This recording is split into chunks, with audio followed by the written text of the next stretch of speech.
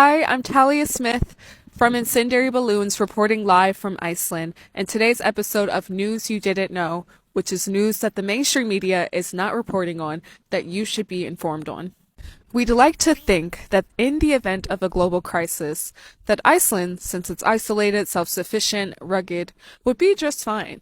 But that is a myth. A comfortable lie sold to a nation that imports nearly all of its grain and relies on a globalized, just-in-time supply chain that could snap at any given moment. Researchers at the University of Iceland just handed a report to the government that basically says we are one geopolitical tantrum or volcanic winter away from empty shelves. Let's talk about the numbers. Iceland is great at catching fish and keeping sheep. Protein, sure, we've got it, but the stuff that fills the pantry, such as grain production, sits at about 1% of what is needed for human consumption. 1%.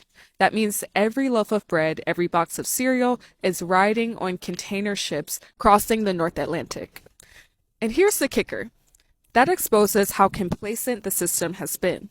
Iceland's only grain mill was dismantled just earlier this year. So even if the wheat somehow just got here, the infrastructure to actually process it into food is completely gone. Now the government is looking to Finland for advice on how to stockpile.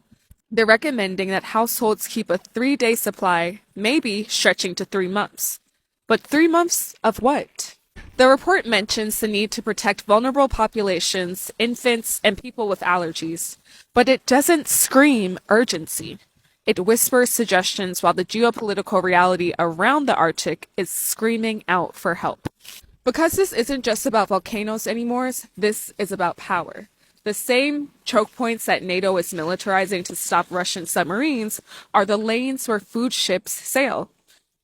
Those lanes stand just behind me.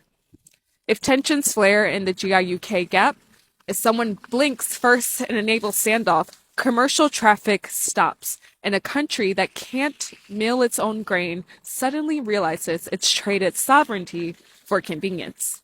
The response so far has been academic.